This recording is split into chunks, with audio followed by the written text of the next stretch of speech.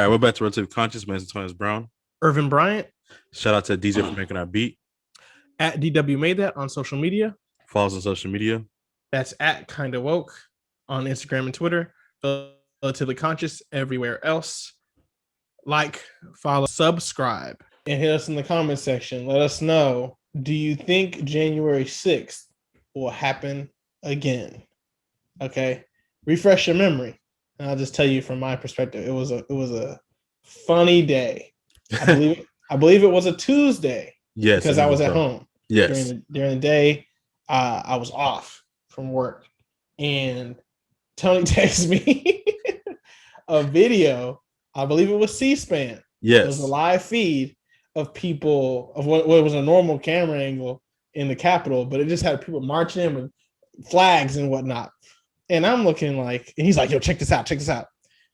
I'm looking like, okay, this is extremely boring. It's just a bunch of what seem like Republicans, American flag, America. We're not going to let you do, we're not going to let you certify the election. Okay. But then I start seeing people like they were walking in the ropes, in the walkway where you're supposed to walk. And then people start walking outside the road. I'm like, wait. Nobody's stopping them. But then like more people are coming. I'm like, hold on. So I got to check Twitter. It's an insurrection. Yeah. So, or at least, coup, attempted insurrection, taking the Hill, whatever you want to call it, taking of the Capitol. Can I tell you my standpoint with my view? Oh, yeah. Tell the story. Yes, please. Yeah. So I'm about to get a haircut. And so I was just I think I have seen it on my phone, and they were just like live from the Capitol. And I knew that there's going to be something going down because there was rumblings about they're going to try to, stop it from happening. And so it's a live feed. There's a reporter inside the Capitol, and they're like, yeah, people are streaming in. And you can hear people screaming in the background. She said people are streaming in, and they've tried to close the rotunda, basically the main area, but they're trying to get in, and they're breaking the windows outside. Yeah. And then the CNN feed cuts, and basically Wolf Blitzer, on cocaine as always, losing his mind. Like, I'm gonna try to get to another reporter. And so I went to PBS, who has NewsHour, because they do a better job of the on the site footage and reporters. There's a lot more people work for them. And so, anyways, the girl who's inside the Capitol, she's ducked behind like a desk, like a wall, basically.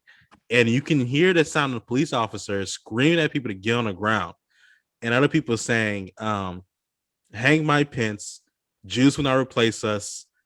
This is Joe Biden's not president. And she is like, you can hear it in her voice, and she's terrified. And she's like, I've been in the Capitol. I was with Mitt Romney for a second. His security took him away, rushed him out of there. And there's actually been like actual fighting between the police and the the police and the insurrectionists. And so that's why I sent the text to you. And I was watching on live TV, and I could not believe I was watching. They were actually up in the Capitol running around, trying to actually get inside there. And that's when I think later on in the day I saw the gallows for Mike. Oh, yeah. Yeah, which really had me all the way thrown off. Like, who built that? How did it get there? Did no one stop that? But yeah, I saw the gallows. It was just, everything about it was wild. And so it's been 6 months. We gave our little personal takes, but you already know the story. Oath Keepers, Proud Boys, the president, he gave the word. Rudy Giuliani, trial by combat. The Congress doesn't want to. The Republicans don't want to investigate. They don't want to press charges. The FBI, on the other hand, has been hunting people down. Those offenders who they can verify 100% broke the law.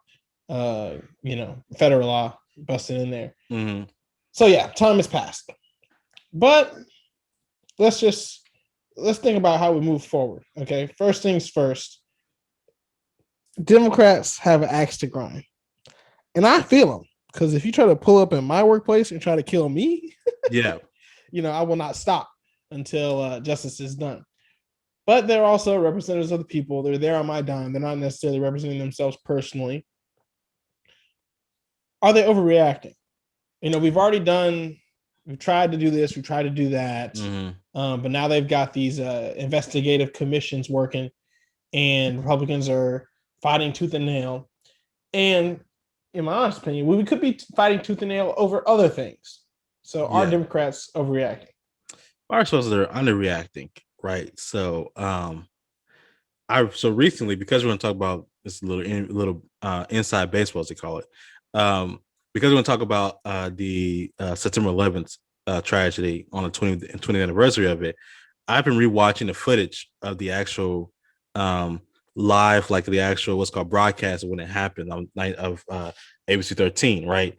And so the newsroom is chaotic. You can feel the feeling of the country's under attack, right? It's like a very palpable feeling. And I'm going back and watch a little bit of the January 6th, and it feels, not in the same. There's not the same amount of casualties. Like when the first tower falls, like 1,000 people have just died, basically, right? But when the Secret Service pull out the guns and like they're in the rotunda, like got the guns out trying to stop people from entering inside the building, it definitely feels like you can tell like something is going on right now that I have not seen ever before, right? No. When the cops come in full riot gear and they're popping smoke and the reporter's ducked behind the table and like she's like, I gotta cut the feed because I can't talk anymore. I got tear gas inside of here. It's definitely something different is happening. And so I think it's an like we reacted to September 11th by going to war for 20 years in Afghanistan. We responded to this by like having a commission that Republicans wouldn't agree with. That doesn't make any sense to me. Like it was like an actual like had they got their hands on Mike Pence, would they try to hang him? Yes. Yeah. So like they brought the gallows. Yeah, the gallows were there. They were ready. Yeah. So like I don't see how this is any more than an underreaction. Like they broke the windows into the Capitol building. So like I don't see how you don't overreact to this. Like, Okay, now hold up. Insurrectioner was shot. Yes. Okay, by Secret Service. The government in general did not want to respond with the full weight of an iron fist because on this uprising. What? Because Donald Trump was in charge. No, of course. I'm just saying. Yeah. It could have been uglier, far uglier. And then when it got ugly a little bit, one bullet. I mean, literally. Yeah. The mood in that video, the tone, the physical movement of people shifts. Yes. Does that not cause doubt on the actual lethality of this group, of this act? I don't know because Al Qaeda 9/11, it happened, death. Yes. I mean, killed themselves, like entirely prepared for violence. But this one, I don't know because they're fist fighting police, and so whenever you start fist fighting police, whenever Black people do that, that means they're completely fed up. It's time to go. Like if I'm fist fighting police, like 92 in LA, like in 2020 in a couple of cities. When I'm fist fighting police, that means I know there's a possibility that I could die, but I'm so fed up with the issue at hand that I'm ready to face fight the police. Mob attitude. The fact they were, the police officers who got beat up and hurt. One person died from the injury. One police officer died from injuries. I don't want to committed suicide. So like, I think the issue was serious enough. And had anybody been competent in leadership, like, other than Donald Trump, who would not actually call the dogs on them, had the police pulled and start shooting people, I don't know if that would have changed the mood very quickly. I think some of them may have stopped, because sometimes when in those videos in the 2020 riots, when people got shot by rubber bullets, some of them did like immediately change their mood and stopped. But some people, okay, a lot of people didn't know. They were just, I mean, of course, they were upset about it because in some cases, they hadn't broken the law, so it was preemptive, or it was aggression on behalf of the police. So that's what they were heated about. But the people who came to riot, and then bullets, rubber bullets, bean bags, etc., gas starts flying. Oh, they were like, let's bring it. This is what I came here for. Yeah, and so I don't think it was enough. I don't think they tried it enough to see what happened. But I will end with this, when you do the comparisons, I like the initial comparison you said with Al Qaeda because it's that shocking image. America at a particularly vulnerable place. And I bring that up because unlike 2020 with the riots, it's they were, with murderous intent, Yes. at least by their words. And, Yeah. that's why the bullets had to fly, of course. That's why what happened to her had to happen. But I asked the question about overreaction because if your words say death, hanging, heads on pikes, to quote one gentleman, and then you see blood and all that vigor, all that fervor drains from your body. Did you mean it? Yeah, I don't know, but I think we can't give them. We can't let them. I don't want to find out. I don't want to come back and find out. So like in '93, the World Trade Center gets hit the first time is in a parking garage, right? We don't do enough to stop people from coming over here with murderous intent. And so it happens in 2001 and they actually complete and kill people, right? So like maybe this is 93. Maybe this is the first time they come up there and we don't think they really have murderous intentions like that. They don't harm that many people. Our people can get away. But next time there's a pipe bomb in there when there's a State of the Union address and they kill half of the Congress, I don't have to come back and be like, well, we don't know how mad they really were until they finally start killing people. Yeah. Okay. So question number 2: should the soothsayers get more credit? Soothsayers. Yes. You may remember in high school. I don't know if you read Shakespeare's Julius Caesar. Did I have to read it? I think I watched a movie of that. Okay. Yeah. There's the character, the soothsayer. I believe there's more than one. Not important. Soothsayers say sooth. They they're like, yo, you're gonna die. Mm-hmm. You're living too high on the hog. Mm-hmm. Your homeboy's gonna betray you, etc., etc. Oracles. Yes. Okay, predictors of the future. Many said sooth in the Trump administration. One that I, hate to give credit to, but he's annoying. Bill Maher. Yes. Time and time again, he's like, this guy at the election, he said, of course, if he didn't initially win the election, which he himself said he wasn't going to take that long down. But on the advent of him potentially getting reelected, Bill Maher and many others who are in media, who have their own shows, said this guy is not just going to accept it, and it's going to be some kind of fight. It's going to be some kind of conflict. It's going to be ridiculous unless we address some way of neutralizing him and his power over his people. Many were like, oh, you're overreacting. You got that liberal, thin skin or whatever. Yes. It occurred 100%, like yes. Straight up predicted. Hey, you say I told you so. Should we now believe those who made those claims? Should we believe them on other things? So, like, if I predict, mm-hmm. We will have a black president in 2008, and then it occurs, you got to start listening to me now. I can call him. Yeah. No, because it's too easy of a sooth to say. Almost like it was almost a lot of people disagreed. Yeah, and also there were many soothsayers that say that Donald Trump would win, and they were not believed. And then it happened, and it's like, wait a second, maybe you know something I didn't know. Yeah, again, I would say that I thought he had a chance of winning from my Facebook feed alone. Right. And secondly, it was too. I don't know. It was almost obvious that he wasn't going to accept the what was going to happen. So you're not watching the first night of the election results at my house, and at 11 o'clock, right before you left, he comes on TV and says, "Well, we got to start the count because they're out there trying to mess things up." And immediately, from the jump, this was how this was going to go down. But going all the way back to 2016, the second to last debate, maybe it's the last debate, Hillary Clinton brings up the fact that he didn't win an Emmy for The Apprentice. And you can immediately see him get pissed off and say, we should have won that Emmy, right? He doesn't take losses well at all. And so any loss he's ever had is never his fault, and he doesn't agree with it. And so from the jump, we should just believe that was going to happen. He was going to take a line down. And most of the time, it is his people around him to keep his most dangerous ambitions in check, right?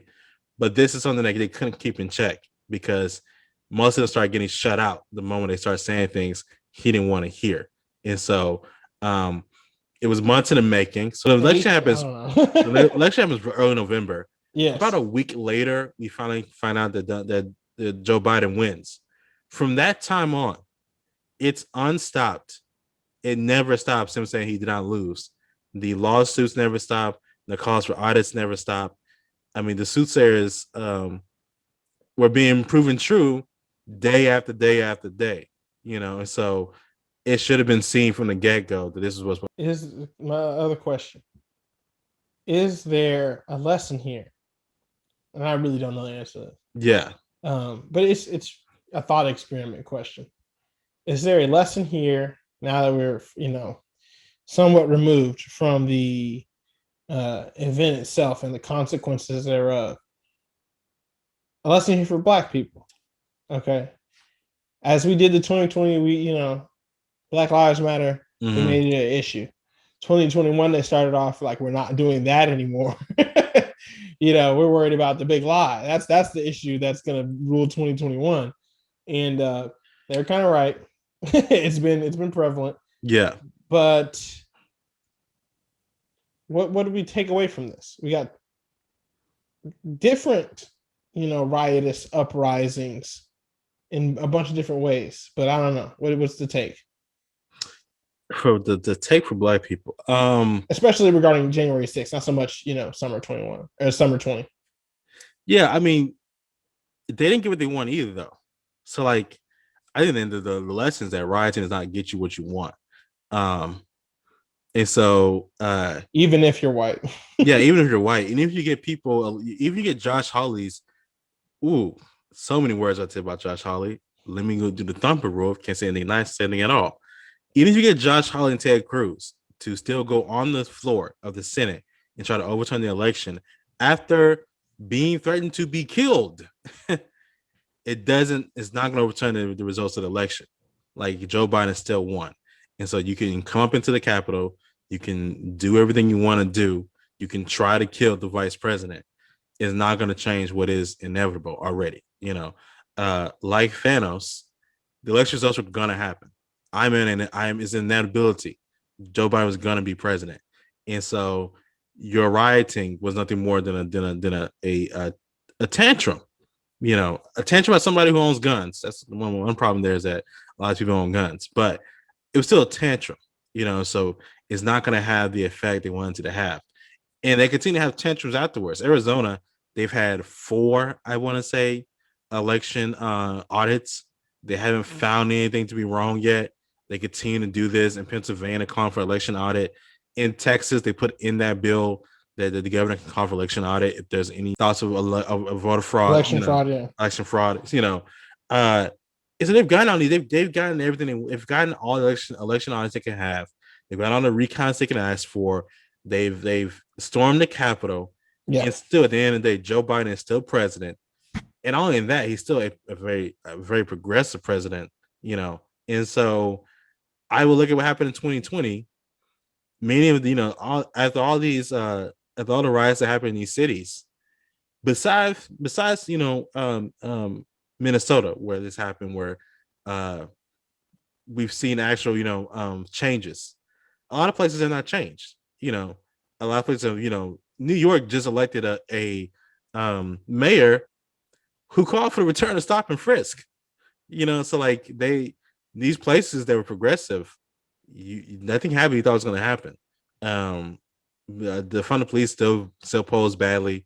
Black Lives Matter support is back to what it was back in 2017. So like, it goes to show you that even if you're white, and because I heard people say that during that's why I bring it up. Yeah, if we were white, then we would get what we want. That's not true. These white people are asking for it and they're not getting it. Donald Trump is not going to be reinstated. I think he believes he's going to be reinstated. Yeah, he thinks that. Yeah, it's not going to happen. And if I was a soothsayer, I would say in 2024, I don't think he's going to get reelected. He's going to lose again. And so rioting doesn't get you what you want. You know, it's good old fashioned, elections, electing people who are going to work for you so get you what you want. You know, um, look at Texas. People went out and elected Republicans, and they're getting what they want from those Republicans. In Texas, that's the answer to your problems. Rioting is not going to do it. Be white Okay, or black. Yeah, white or black. Is it going to happen again? When Trump was first elected, and many people saw many different signs of it coming. I saw the signs, I just did not interpret them correctly on the internet. Because I thought Hillary Clinton would still win because despite all the signs that I saw of the bubbling racism, fascism, whatever, sexism, all the isms, yeah, all the phobias as well, lots of yeah. phobias. Despite all that, scandals, the gaffes were daily, and of course that would be the tone of his presidency. But yeah, I thought that was kind of impossible, right? I was wrong. Now we've got, as a result of that world that you detected, that they gave you the signs, the alternative fact world became bigger, became mainstream. That was the administration. Yeah. It now lives on with astonishing strength. It endures. The QAnon world killed a mafia president. That's ridiculous. Yeah, they're really out here and deciding elections still, deciding decisions made by lawmakers. The whole fact that they won't investigate. Yeah. I don't want, they're reluctant to, they oppose at every turn investigating their own attempted murder. Yeah, ridiculous. Yeah. So if this world operates the way that it does, and foolish enough to attempt something like this abound, and they think 2024 or before Donald Trump will come back. When 2024 happens and Donald Trump does not win, do we see, or some other similar event, do we see this happen again? So at the national capital, I don't think so, because I assume National Guard troops, active duty troops will be called in. There's going to be a flyover. They're going to have the barricades up. They're going to be able to get close. U.S. soldiers will shoot you if you pull up on them, and it's not a joke that they will do that. But what I can see it happening is if a state election happens that's highly contested. So Texas, Missouri, I don't know, if Beto somehow pulled and won Texas, I could see that happening in Texas. Because Texas Capitol does not have the amount of barricade security. I could see it happening there. If Alabama, Mississippi, Florida, Georgia, maybe if Stacey Abrams were born in Georgia, I'll be worried about that happening there. So maybe at some state capitals, it's more likely to happen. I don't think the national capital could get close enough again. What I will be worried about is what we haven't had in the 21st century is violence against state officials. So we've got Electric Boogaloo Part 2 with in Michigan. Yeah, basically. But it's been a while since we had, widespread assassinations like the 60s, but it can come back very quickly. Yeah. And so if you can't attack a capital, which I think most people, if you're in the Proud Boys or you're in the 3%ers, the Oath Keepers, 3%ers, yeah, you probably realize the widespread frontal assault onto America's capital not going to work well next time when you got actual uniform personnel. But you could probably get an elected official one good time. It just takes one slip up, and so that is what I think we could see. We could see someone become elected in a state, and then someone try to kill them, basically, to keep them from taking office. That's what I can see happening. And that to me is more terrifying because, like the 60s, and why the 60s was so terrifying to people who lived at that time, was that nobody was safe. So Medgar Evers, Malcolm X, JFK, Robert F. Kennedy, Martin Luther King, so these people are, I see them on TV every day. They may be the president of the United States of America. And the reason why the JFK conspiracies abound is that most people cannot deal with the idea that one guy in Dallas took the president of the United States out. It wasn't the Soviets. It wasn't the CIA. It wasn't the mafia. It was just one guy with a gun. That doesn't make any sense to me. Turn the world upside down. It's got to be conspiracies. Who did it? Where the grassy knows? So you start grabbing at straws. In a world we are living, where I can like get into a YouTube hole very quickly, or a Facebook hole, start strolling and seeing crazy stuff. Instead of trying to get my pins inside the Capitol, why don't I try to get my pins somewhere else? Catch them slipping, catch them lacking. Yeah, one good time, and that's all it takes. Now, so I say it's more terrifying. Honestly, more terrifying. It's you can't stop it. It's harder to stop. It's harder to. It's like you have to actually depend on the FBI, CIA being proactive to find that out and stop that from happening. The only upside of it is that the FBI has FBI's got the tentacles in this world, and so they're what they're doing right now. This is because a lot of people are like, what's going on? How come not people going to trial yet? You watch the TV show 48 hours? Sorry. 48. 48 hours. First 48. About hour 24 to 40, they got somebody in the room. It's real cold. Homeboy got his arms in his shirt. He about to turn on his homeboys and start telling all the truth. This is what we got going on right now. And so the FBI got everybody, all these people that went to the Capitol thought they were going to have fun for a weekend. The FBI done picked you up. You inside of a cold room.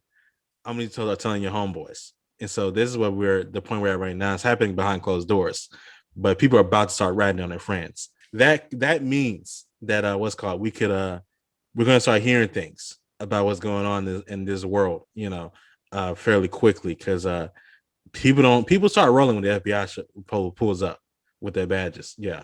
And so that's the silver lining that, we may start getting information, may start getting informants, because they're facing a 20-year sentence because they thought they can roll the homeboy to the Capitol. Oh man, that'd be crazy. You got a bunch of undercovers in the insurrection. Yeah. Oh man. that's more like we already have a bunch. Yeah, they're in there deep. Yeah, they're in there deep already, and they just don't know it. They don't know Billy Bob already got taken by the state, and then the next time they start planning stuff, it got foiled before it even happened, and you will never know about it though. Right. The FBI won't ever tell you because I gotta keep things under wraps. I can't let them know how I got my sources. Yeah, maybe it already happened. What were they supposed to do? June 6th or something? July 4th. July 4th was supposed to be the second July 4th insurrection. Yeah, and so maybe there was an actual plan, and it got foiled from within. Yeah, and that's the and the problem about that is that it's not satisfying. No. Yeah, it's not. It doesn't feel good. Maybe 20 years from now they'll make a movie about it. Yeah, probably so. But that's how 9/11 ever happened again. It's not TSA. It's not that we send people to find Iraq and Afghanistan. The FBI, CIA was like, okay, so we can't let that happen again. All the racial profiling TSA does. That's not what stopped it. It was that somebody figured something out way ahead of time. My name is Thomas Brown. Irvin Bryant. Peace. Do it to him, Pete.